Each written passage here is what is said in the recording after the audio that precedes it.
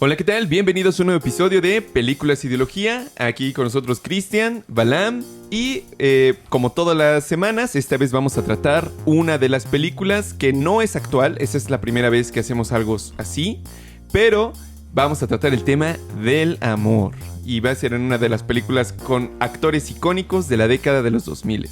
Entonces, antes de empezar con el resumen, mencionar, como todas las semanas, que este no es un análisis cinematográfico, es decir, no vamos a hablar del apartado técnico de las películas, sino más bien las películas como productos culturales de nuestro tiempo y tratando de analizar las ideas que están vertidas ahí, que se nos tratan de meter como sentido común.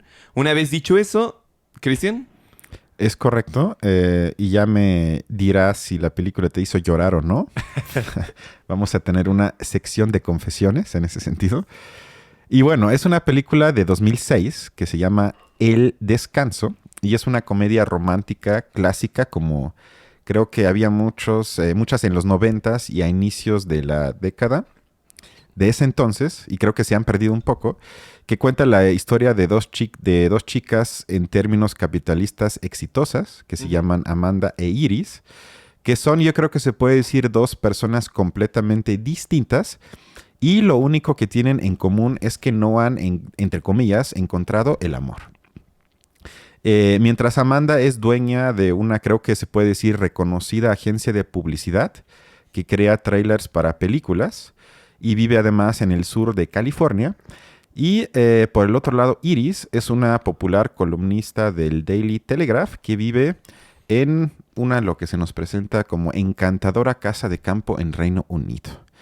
Y las dos, se puede decir, han tenido muy mala suerte en el amor, han sufrido rupturas recientes y esto hace que se sientan de alguna forma asfixiadas y que busquen tomar un descanso y cambiar de aires. Y luego, por medio de internet, que en ese entonces todavía me da risa porque no había aplicaciones de dating ni Airbnb ni nada, sino era algo mucho más rústico a través de correo y todo eso. Sin siquiera conocerse, intercambian sus casas durante las vacaciones de Navidad y tratarán, por medio de esto, olvidarse de sus malas experiencias. Eso más o menos sería la síntesis, sin que haga spoilers, que en este caso, en este tipo de películas tampoco es muy difícil hacer spoilers. Se van a encontrar con personas y van a pasar cosas amorosas. Oh, qué hermoso. Pues bueno, a mí me parece que en general, personalmente creo que después de ver esta película he reflexionado que quizás Cristian me tiene un poco de odio porque me ha puesto a ver una cosa que la verdad... Bueno.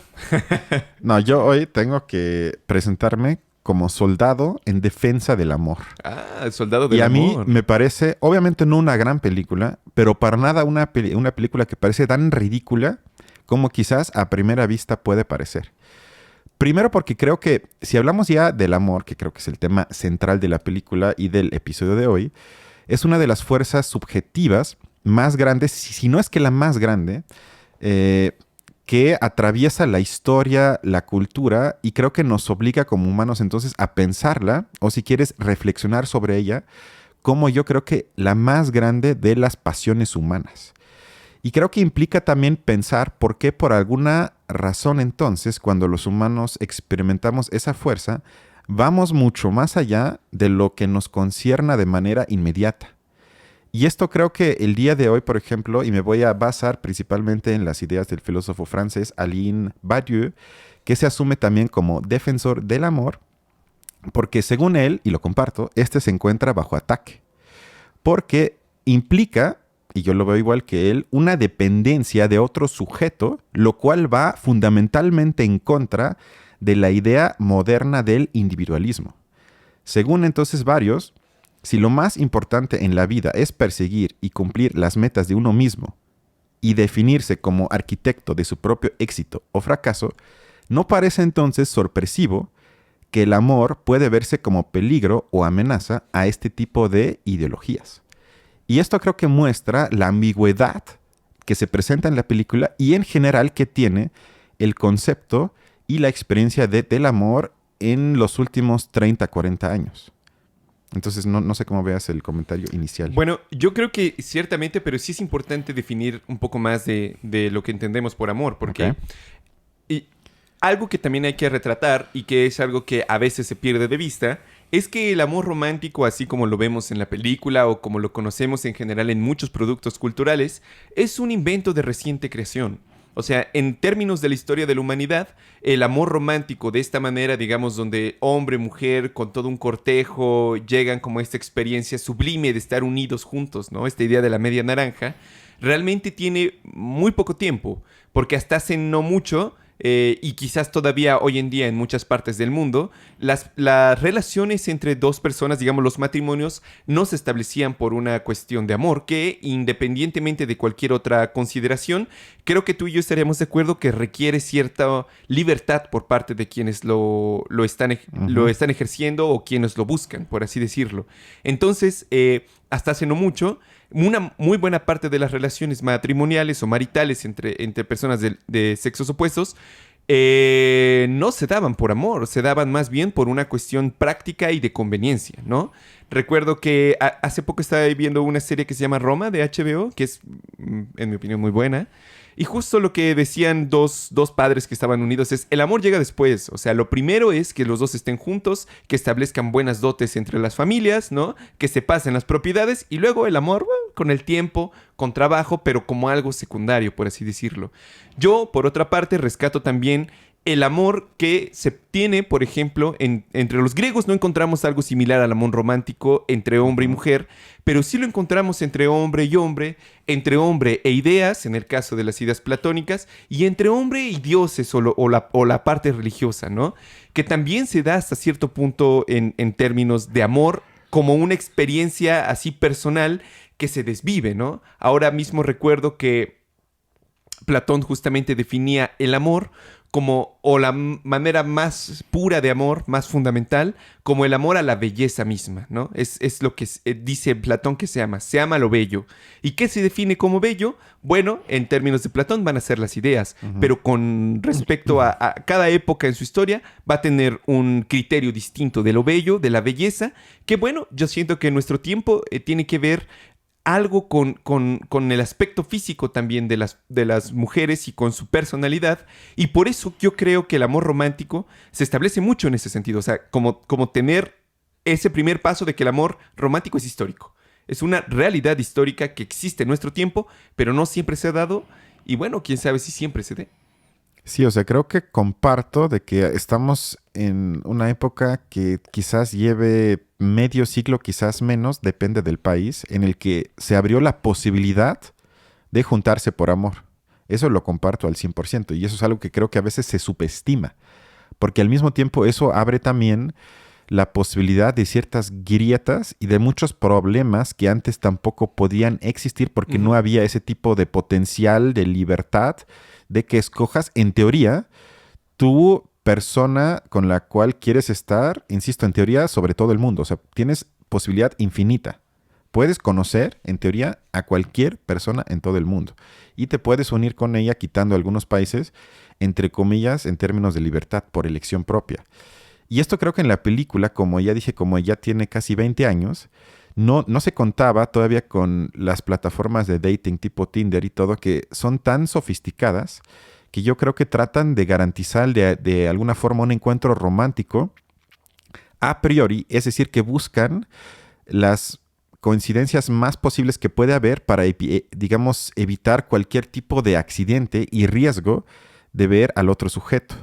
Y creo que se trata más bien entonces de un encuentro cosificado en el sentido de que parece más una transacción de negocios que un encuentro azaroso como lo vemos en la película, porque hay un elemento de accidentalidad que es el determinante para que en la película puedan nacer nuevas cosas y para que algo así como el amor pueda ser posible.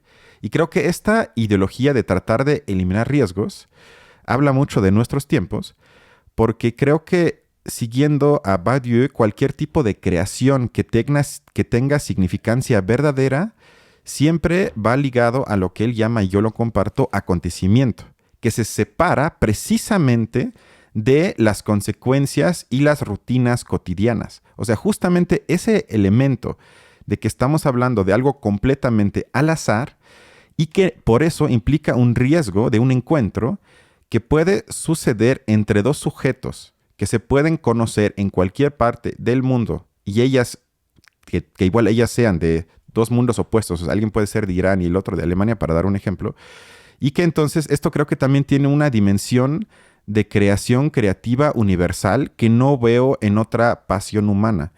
Y que además, digo, aunque suene cursi, en la película pasa eso, es impresionante y no me parece que haya otra fuerza humana que haga que de repente cosas que parezcan imposibles se vuelvan posibles.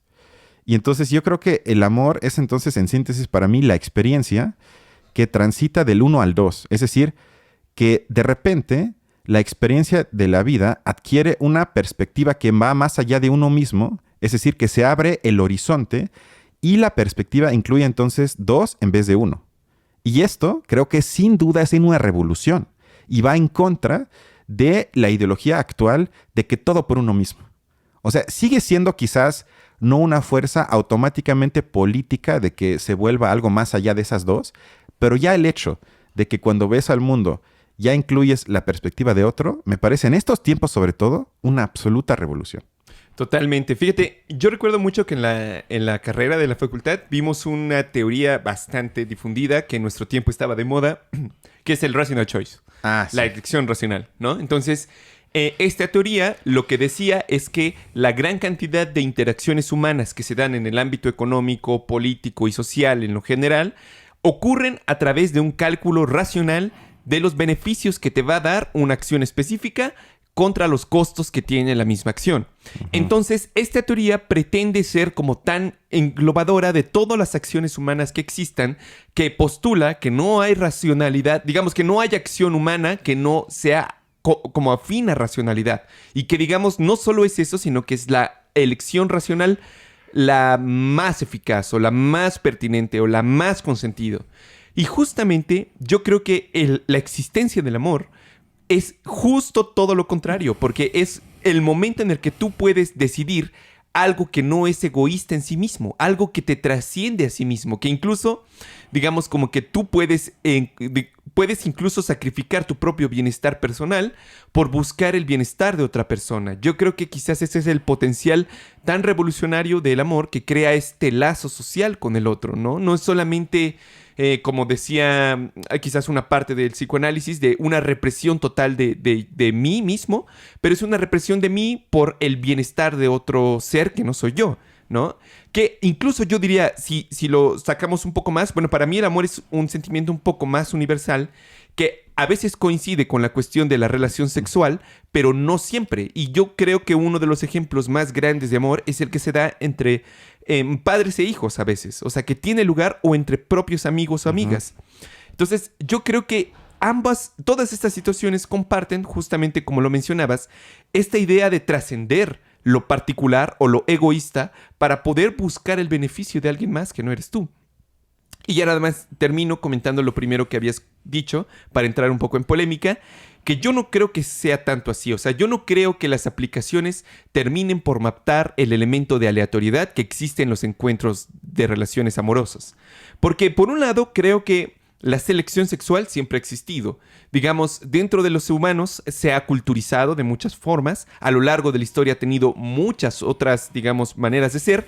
Pero incluso, digamos, cuando éramos un poco más jóvenes, ya en una época en que somos un poco más libres de elegir a nuestras parejas, nunca se elige a una persona aleatoria completamente, sino que siempre es como de un cierto círculo con una persona que tú encuentras cierta afinidad, pero luego además también influye bastante los amigos, por ejemplo, ¿no? Que te presentan a tal persona o con los que encuentras a tal persona. Es decir, incluso los consejos que te dan tus amigos para intentar como con una o con otra, digamos que yo creo que nunca es totalmente traslúcido o totalmente aleatorio el proceso de selección, sino que justamente entran en juego muchos criterios para seleccionarlo.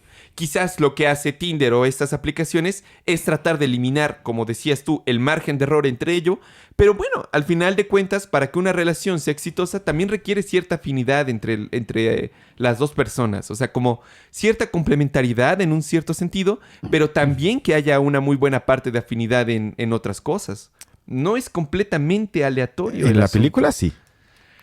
Bueno, sí, en la película sí. En la película... Pero llega un grado de aleatoriedad que llega al absurdo, o sea... Yo creo que es interesante porque yo no comparto lo que dices porque eso implicaría, por lo menos yo lo veo así, asumir que sabemos lo que queremos, que sabemos lo que deseamos y sabemos que eso, lo que queremos desear, nos hace bien y es lo que en el fondo queremos. Y creo que es mucho más complicado que eso, porque con eso evitas encuentros con personas que quizás racionalmente tú dirías, ah, eso no es para mí. Y entonces ya en las aplicaciones los eliminas. Pones no con esos no. Puede ser por edad, porque quieren hijos, porque ya tienen hijos, lo que tú quieras. Miles de opciones. Y creo que ese elemento ya de calificación racional a priori evita y corta muchas veces, sobre todo esa parte inconsciente que yo sí asumo que tenemos y que muchas veces, y estoy seguro que mucha gente que nos ve y escucha, nos ha pasado, que nos pasa algo que pensamos que no nos iba a gustar y sí nos gusta, o viceversa. Que estamos seguros que encontramos algo que en nuestra famosa checklist cumple todo, pero caray, estamos aburridos y no nos gusta. Como que no cumple con lo que pensábamos que íbamos a experimentar con esa persona. Eso sería uno. Y lo otro también es como la parte que yo llamaría de querer psicologizar el amor y que yo creo que es urgente de precisamente despsicologizarlo. Es decir, que hay como un enfoque psicológico que trata o intenta, insisto, de racionalizar todo esto y que creo que evita entonces que se pueda construir una experiencia que no esté premeditada. Y ahí estaríamos otra vez en la llamada industria cultural que se encarga de eso. Y creo que hay como un enfoque que Badiou llama la psicología pop, que desde esta perspectiva los sentimientos, los pensamientos y las emociones son realidades estrictamente individuales. Entre tanto, igual que tú hace rato, él plantea que el amor siempre está ligado a una especie de estructura. Y en este sentido, este sentimiento es histórico y cultural, no individual. Y asimismo, está ligado a la estructura inconsciente del sujeto y no tiene que ver con las emociones o algo que me purga aún más y me dan ganas de vomitar, a la química. Es una reacción química en tu cabeza nada más. Y entonces esto implica que el amor sea un acontecimiento. Y la pregunta entonces que me haría mucha gente y con razón es, bueno, entonces, ¿qué hacer? Porque creo que muchas veces se trata cuando se leen libros de inteligencia emocional o vas con el psicólogo para tratar eso. Bueno, evalúa pro y contra, a ver si te conviene, si te hace más feliz o si te hace más sufrir. Y luego con eso puedes de alguna forma verificar que si vale la pena o no y si tu vida con él o ella va a ser más placentera o no.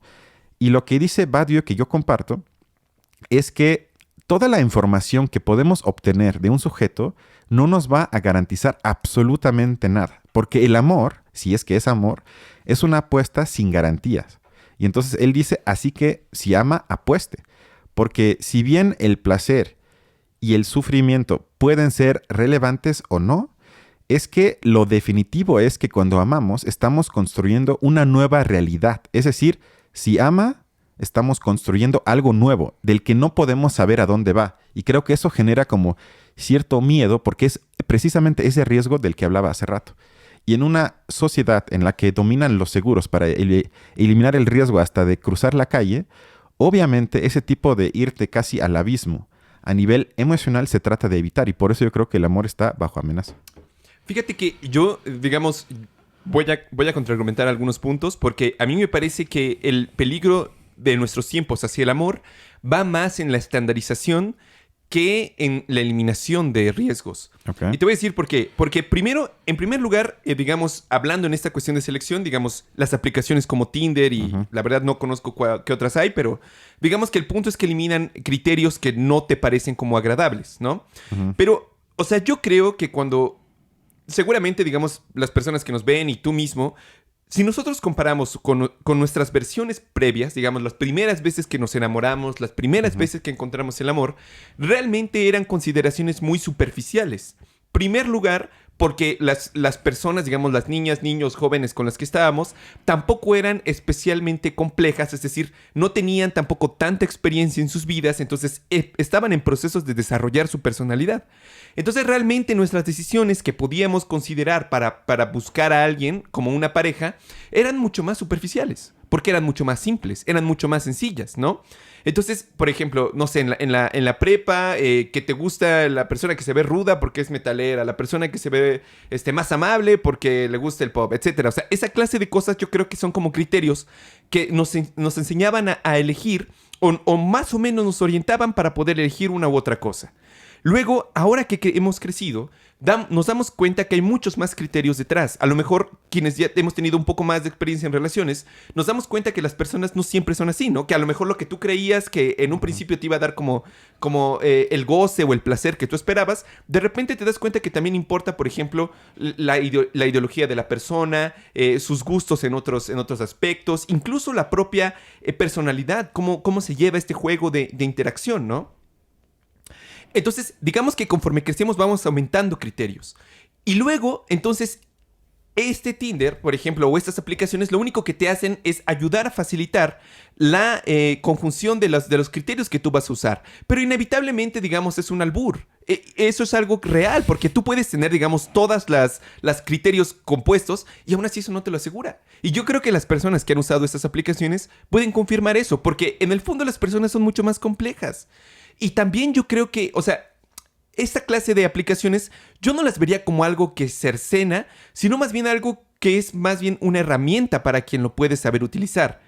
Porque, en segundo lugar, y aquí va donde yo creo que puede ser lo más polémico, tú mencionaste a Badiou que él dice que el amor es una apuesta sin garantías, que digamos que es algo que tú te lanzas y va y punto. Yo hace un par de meses vi un video que, digamos, de un youtuber, ahora no recuerdo el nombre, pero es, digamos, un youtuber mexicano que va por las calles, a veces de colonias un poco como de clase media, y, bueno, también populares, y entonces va y le pregunta a mujeres y a hombres qué, digamos, qué les gusta de las personas o cómo elegirían a su pareja, ¿no? O incluso hay uno que a mí me encantó que dice, que le pregunta sobre todo a mujeres, ustedes, bueno, no, mujeres y hombres, ¿ustedes se casarían con alguien, o sea, literal, casarse, tener hijos, etcétera, etcétera, con alguien de una clase social menor? ¿Con alguien que gane, por ejemplo, el mínimo?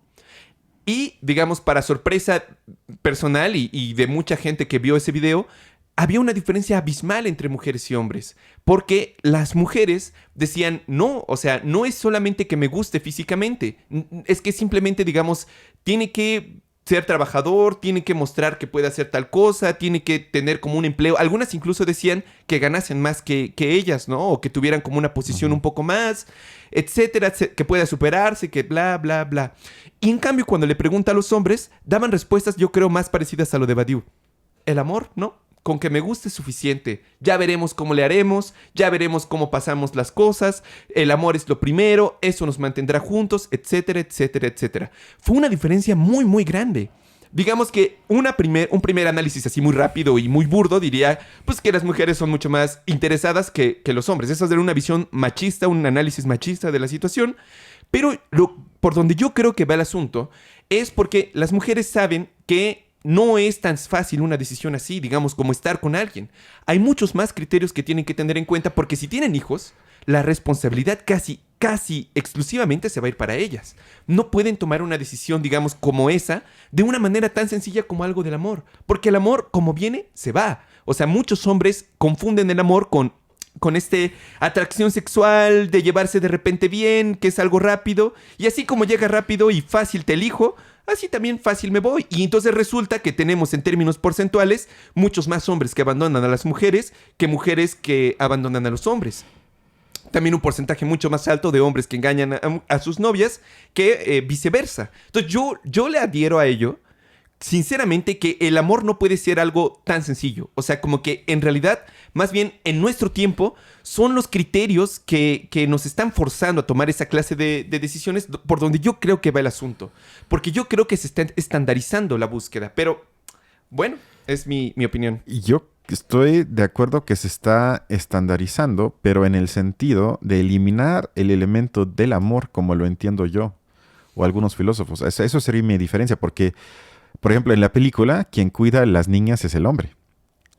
Y quien tiene que tomar la decisión si acepta participar un poco en eso o no es la mujer. Digo, obviamente nada más es un ejemplo burdo, pero me refiero que no necesariamente tiene que ser de un sexo a otro siempre.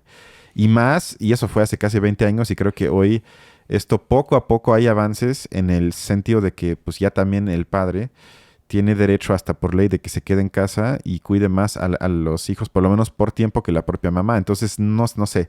Y creo que sí hay una tendencia que suene quizás conservadora, pero pues a veces yo creo que el pesimismo cultural es válido, de que hay una tendencia de renunciar en general a las cosas ante los primeros o hasta a veces el primer obstáculo. Y creo que con esto corremos peligro de conformarnos, de caer en, digamos, en un conformismo de una vida que me parece poco interesante, porque creo que filosóficamente hablando, lo verdadero siempre es difícil y nos parece extraño. O sea, y nada más para dejarlo claro, yo no hablo de permitir abusos, violencia, de estar por estar, y que obviamente los sentimientos de abandono o el amor que no es correspondido es horrible. O sea, todo eso es cierto, pero creo que si por eso renunciamos a eso, renunciamos también al mismo tiempo a la mayor experiencia de otro que podemos tener en nuestras experiencias. O sea, yo lo único que pediría es que se piense tal vez un poco más el amor, y obviamente yo también diría que hay que, como diría Fromm, aprender a amar. O sea, que es algo que no simplemente ya porque te amas, ya con eso va a funcionar. Pero creo que sí aceptar esa parte irracional de eso es como el fundamento de luego que algo es que se tiene que construir. Estoy de acuerdo, y que va a haber problemas y que no es fácil, y que a veces amar, aunque suene otra vez de película de comedia romántica, a veces amar no es suficiente. También estoy de acuerdo con eso. Pero yo sí creo que hay una tendencia clarísima que trata de eliminar ese elemento irracional y convertirlo nada más en una lista de pro y contra, te conviene o no te conviene. Y así eliges. O también luego eliges en función de lo que necesitas. O sea, por ejemplo, con él me acuesto porque el sexo es bueno, con él salgo porque tiene dinero, con él hablo porque lee mucho. Entonces ya se pierde como esa, entre comillas, entrega. Y yo, para mí, la pregunta difícil es, ¿por qué se asume como tan amenazante, violento, opresivo la idea de amor romántico presentado en las comedias románticas como la que vimos el día de hoy, o también en muchos tipo cuentos de hadas de Disney?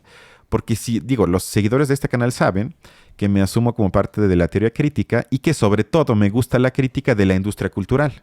Entonces, lo que ya anunciaban Horkheimer y Adorno es que esta tiene ambigüedad y contradicciones, en el sentido de que muestra las ensoñaciones de las personas que les son negadas en la realidad. Con esto quiero decir que tenemos que tener cuidado y, digamos, destilar la idea del problema y pensar si la idea misma es el problema o el cómo se presenta la idea. Porque creo que lo que pasa en la película, y eso sí es nefasto, que pasa casi en todas, es que la realidad material está excluida. O sea, esos son problemas, son gente que tiene problemas emocionales, pero tienen casas, tienen dinero, pueden viajar. O sea, eso ni siquiera se tematiza. Y la pregunta sería entonces que si el problema es lo que se nos presenta en la película, o si no, el problema más bien es que en la realidad la organización social existente le niega a la mayoría de los sujetos siquiera la posibilidad de experimentar algo que vimos en la película. Les es simplemente imposible. Ya deja si existe o no, no pueden. Porque tienen que trabajar demasiado, porque no pueden viajar, porque no hablan otro idioma, porque no fueron a la escuela, porque no tienen la posibilidad de tener días de descanso, lo que tú quieras. Podemos ir a una lista eterna. Y creo que más bien eso es el problema. O sea, que lo violento es que te presento algo a lo que tú aspiras, porque mucha gente ve la película y dices, qué padre sería. Y sin entrar si sería padre o no, que ese es otro debate muy interesante, ni siquiera tienen la posibilidad material de un día quizás experimentar algo semejante de lo que ven en la pantalla. Y creo que eso para mí es el acto más opresivo. Estoy de acuerdo contigo. O sea, yo creo que se lleva también un poco la crítica porque justo si aquí las mujeres están poniendo, digamos, todas estas trabas para poder mantener una relación, significa que son trabas que le pone su condición social, digamos. Es la sociedad misma, las condiciones materiales las que evitan eso. Yo creo que justo la pelea es, ok, digamos, hay que reconocer el valor del amor, pero no hay que ignorar que en gran medida está impedido o se encuentra condicionado por las condiciones materiales. Eso yo creo que es, digamos, un poco la conclusión. Y también, digamos, lo que... Nada más, apartándome un poquito del tema del amor, pero regresando a esto que tú mencionabas de la película, de cómo la cuestión material está olvidada, a mí me parece que hay como un cierto goce en el público gringo, porque de ver... No es la primera vez que vemos esta como recurso literario de invertir, ¿no? Como que el pobre se va a la posición del que tiene dinero y el que tiene dinero se va a la posición del otro, ¿no? Entonces, esta inversión de los estatus sociales yo creo que es ideológico porque pone, digamos, aparentemente en el mismo nivel o en el mismo ámbito relaciona dos personas, en este caso como Amanda e Iris, ¿no? Se relacionan, pero ya no importa, digamos, su clase social, sino que el mínimo común que tienen ellas es la cuestión del amor. Uh-huh. Eso es lo que las los hace iguales, relaciones, ajá, y entonces aparentemente niega o encubre con un velo de moralidad una diferencia de clases sociales profunda.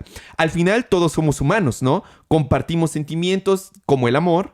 No hay diferencia material que pueda contra el amor. Entonces, yo creo que esa clase, digamos, de intercambio de los estatus sociales es un goce para el público gringo, porque es también una reconciliación ideológica entre dos clases que en la realidad sería completamente distinto. Uh-huh. Es eliminar justamente este nivel material del análisis. Uh-huh. Entonces yo creo que estoy, digamos... Que como utopía estaría bien. O sea, estaría bien que estuviésemos en un mundo en el que no estés impedido por lo material de conocer y salir con alguien. O sea, como utopía no me parece condenable. Pero digamos, es una ideología en nuestro tiempo que pareciera que ya está. O sea, que ya podemos Esa es la ideología, exactamente. Sí. Pero no es la idea en sí misma. Eso es lo que quiero decir. O sea, total. No es que sea algo a lo que no tenemos que aspirar y qué feo, sino qué bonito. Pero ¿por qué en la realidad casi nadie puede tener ese tipo de experiencias? O sea, eso me parece como desminuzar dialécticamente una película así, porque luego yo siento que también los conceptos de democracia, libertad, como no son realizados en la vida real y como la gente asume que son una farsa, que sí lo son, pero no por la idea misma, sino por su no realización en la vida real, sino que el problema es cómo nos acercamos un poco más a la realización de eso que anhelamos y que creo que sí se puede denominar como emancipatorio. Sí, definitivamente, creo que estoy de acuerdo. Y ya, digamos, nada más para acabar este ciclo, yo creo que no, o sea, digamos, reflexionándolo a lo largo del programa, creo que tienes mucha razón en decir que no hay que dejar de buscar la interacción con el otro, la relación amorosa, por miedo al fracaso o al rechazo o al dolor que puede traer su eliminación. Porque al final de cuentas yo creo que es también, y sobre todo, digamos, en las primeras experiencias, ¿no? Que llegan a ser quizás muy definitorias para el resto de cómo uno se relaciona con las personas. Es importante no claudicar ante ese miedo o ante ese dolor, porque, digamos, decía ya no recuerdo ahora, pero un poeta latinoamericano que realmente, digamos, uno cuando acaba una relación obtiene la misma cantidad de dolor que la relación entregó en términos de felicidad o de placer. Y bueno, a veces es cierto, yo creo, y se vale. Y se vale. Creo que es mucho peor siempre. O sea, obtuviste mierda y sufres como si hubieses estado en el cielo. O sea, no sé. Ahí tendría mis dudas. Pero bueno, ya para acabar, digamos que... Pero el punto es sí aventarse porque digamos, el desarrollo, yo creo que de los individuos realmente está muy, muy profundamente relacionado también con el desarrollo sexual. Y eso es algo, digamos, que no se puede negar. Es casi que un derecho humano, ¿no? Tener esa oportunidad de poder, digamos, experimentar sin represión tu libertad sexual, tu libertad de amor. Porque yo recuerdo que es un dato real que, por ejemplo, desde que se implementó en las iglesias esto de que todos los que quisieran ser padres tenían que dejar de tener interacción con las mujeres, ¿no? O sea, completamente célibes, me parece que es como se le dice. Entonces, ocurre mucho la situación de que jóvenes de 16, 17 años que apenas van entrando, toman la decisión y entonces a lo largo eso implica una represión muy fuerte que justamente a partir de que se implementó eso, aumentaron los casos, por ejemplo, de pederastía al interior de las iglesias. Porque, digamos, la parte sexual de no reprimirse es yo creo que muy importante de tener en cuenta, incluso en esos niveles, ¿no? Es importante, yo creo que se les dé el derecho también. Y yo con eso... Yo como conclusión nada más quiero decir, no tengan miedo de amar, por favor. Y sí vean la película, aunque Balam diga que es una basura, en parte lo es. Pero, caray, siento que ese tipo de comedias románticas ya están extintas y yo creo que sí tienen una parte que no es ridícula. O sea, yo creo que vale la pena ver una buena comedia romántica. Esta particularmente a mí no me gustó mucho. Algo que, digamos, también me llamó la atención es que, dada la cantidad de tiempo, sí hubo muchas situaciones que si los vatos lo hubieran hecho hoy en día, hubieran terminado funadísimos. Pero profundamente. Y yo, la verdad, o sea, como que me alegro de que por lo menos esa clase de cosas ya no estén normalizadas, ¿no? Como las primeras escenas, ¿no? En la que los engaños y los abandonos y rechazos terribles que hacen los hombres a las mujeres es, o sea, pero de un grado de irresponsabilidad afectiva inmenso. Por lo menos eso ya se tematiza más, estoy de acuerdo. Sí, eso es un totalmente. paso en la dirección correcta. Bueno, sin más, la siguiente semana sí vamos a tener el episodio especial que ya vamos anunciando desde como un año, pero la siguiente semana hablaremos del psicoanálisis, entonces Así es. espero que nos veamos la siguiente semana entonces. Así es, efectivamente. Pues hasta la próxima. Cuídense, bye.